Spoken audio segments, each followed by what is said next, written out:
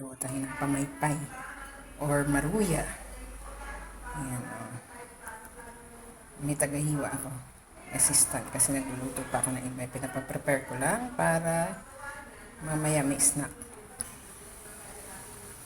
Ayan, oh. Hinog na kasi yung saging na sabay. Pero okay lang yan. May harina naman yan eh. Kahit magutay-gutay yan.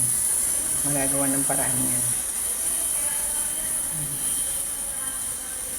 Maganda kasi tingnan eh. Paborito ko rin yung maruya eh. Yan o. Yan o.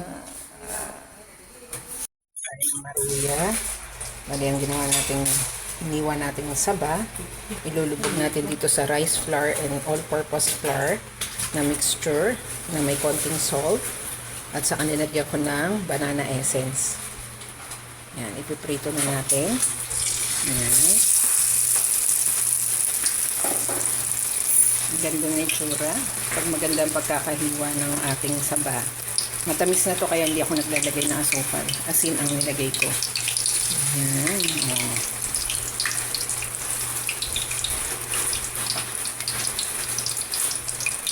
Maganda pag saktong ripe lang dapat.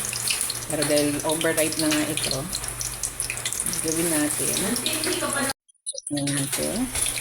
Medium heat lang yan. Tapos dapat lubog talaga.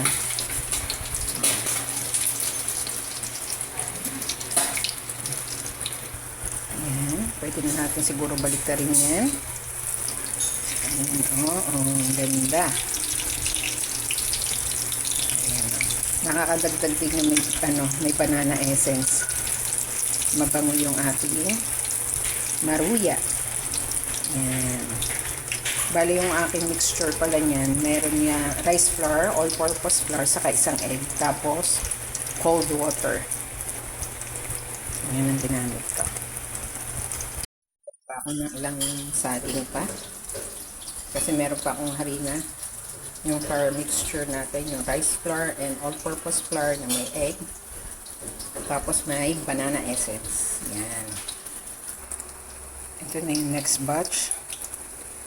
Oh, diba? Sakto lang yan. Dessert, pwedeng merienda. At least hindi na ako magpapagod magprito. Tapos na lahat. Yeah.